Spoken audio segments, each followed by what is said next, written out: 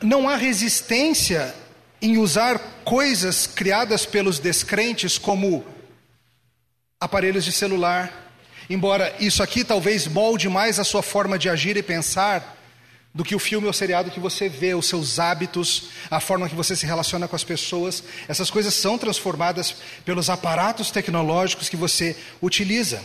Então há pessoas que vão para um lado de uma anorexia cultural, a gente não vai consumir nada. Já tem uma outra turma que vai para o lado da glutonaria cultural mesmo.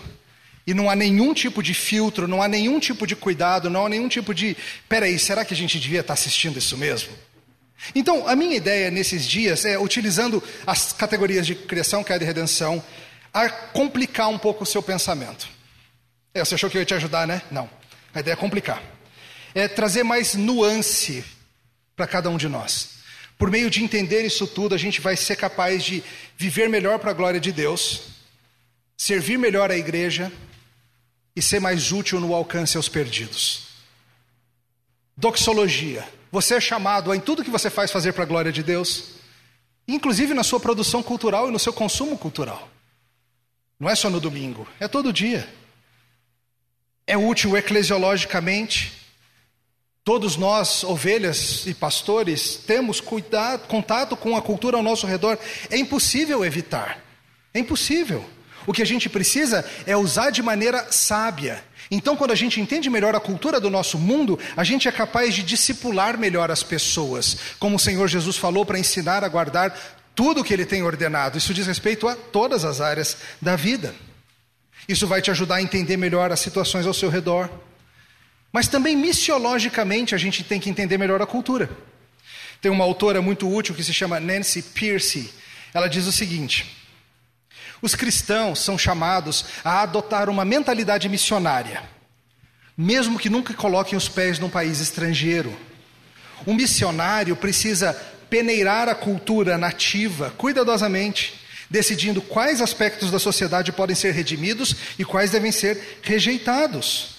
Tem sido assim desde a igreja primitiva, quando os primeiros cristãos encararam uma cultura greco-romana altamente desenvolvida.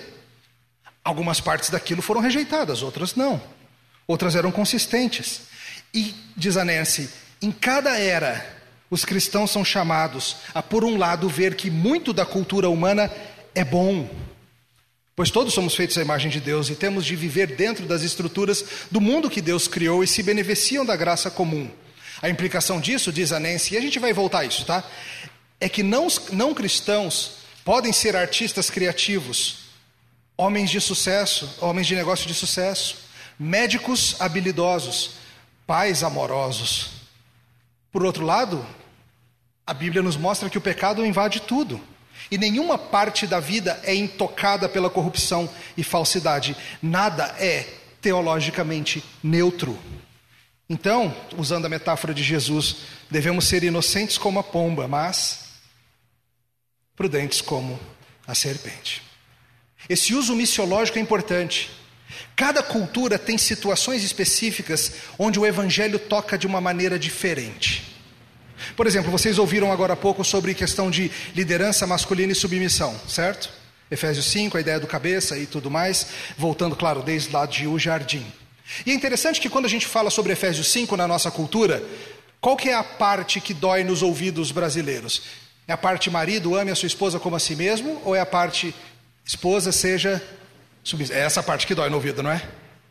Essa parte dói no ouvido brasileiro. Agora eu te pergunto, quando Paulo escreveu isso para os Efésios, no primeiro século, você acha que a parte da esposa ser submissa doeu no ouvido de alguém? Não, todo mundo falou, claro, normal. Mas e quando Paulo fala, maridos, vocês precisam amar a sua esposa como vocês amam a si mesmo. Você precisa morrer por ela, você precisa viver por ela, você precisa protegê-la, prover para ela, cuidar dela como seu próprio corpo. Você acha que isso caiu bem aos ouvidos do primeiro século? Não. Por quê? Porque cada cultura é ferida pela palavra de Deus de maneiras diferentes. Cada cultura tem os seus pontos onde a palavra de Deus incomoda mais.